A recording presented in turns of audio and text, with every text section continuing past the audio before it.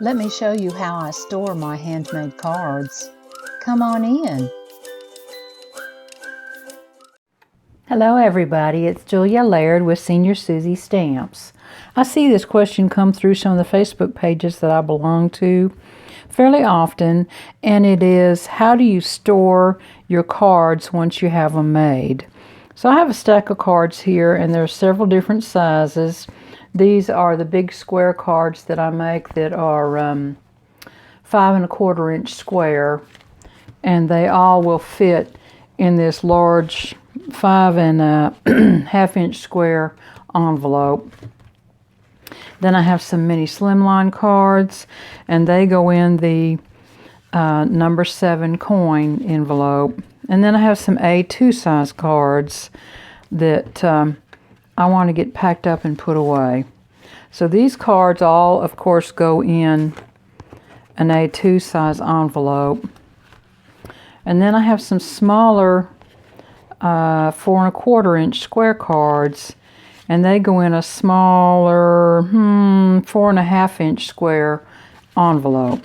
So my rule of thumb, I have two things that are important to me when I'm storing cards. One is moisture control, and the second one is light control.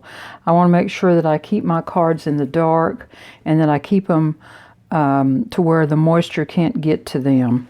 So I have over the years found these clear bags to be very, very successful in the moisture control, and then I use a covered box to keep them in to control the light. And these are available from clearbags.com. This particular one, it's B55X PC, works extremely well on the 5½ inch envelope. And when you order these, you want to make sure you're working off the envelope size and not the card size. One thing, when I put my card in the envelope, in the clear bag, I don't slip my envelope up into the card, because now on this one it's not applicable because it's got a pull strip here on that adhesive. But if you have a gummed envelope, you don't want to store them with your gum part of your envelope there, because if moisture were to happen to build up in your card, it would ruin your card. So I always take my flap and fold it, and then load my card in on top of that and put it in my clear bag sealer. Now, I don't usually pull the adhesive off. I usually just box them up like this with the flap open, and that seems to be enough moisture control for me in my studio. On the A2 size card, I use a B54 PC, and that fits these envelopes beautifully. And again, see, now here's one with the gum. I would much rather have it ruin the envelope than ruin my card. So I'll put it in like this, and then I put the card front to the flap side, so that if I were wanting to seal it and give it away, then it would be ready to go like that. And on the coin envelopes and these mini slimline cards, I do the same thing, because they have gum on the envelope. They fit in a B37M clear bag, and there's a little extra room on these, but this is the closest bag.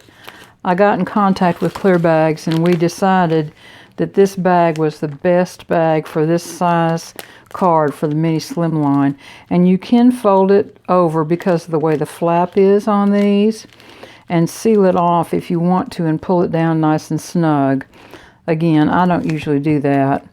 Now on these smaller cards, I usually just put them with the envelope in the same size that my A2 size cards go in for storage. And that works out just fine. It keeps me from having to have yet another clear bag size on hand. And this pretty well covers the size of cards that I make in my studio on a regular basis.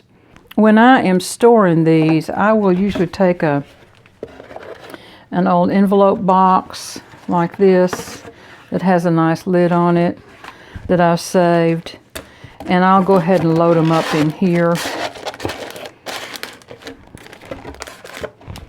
And I don't cram them full into the box because sometimes if you do, your cards will warp on you. But I kind of like to leave them flat. I have tried storing them standing up before, and they do warp a little bit. I have one over here that has been stored. I don't know if you can see that or not, but see, there's a little warp going on here.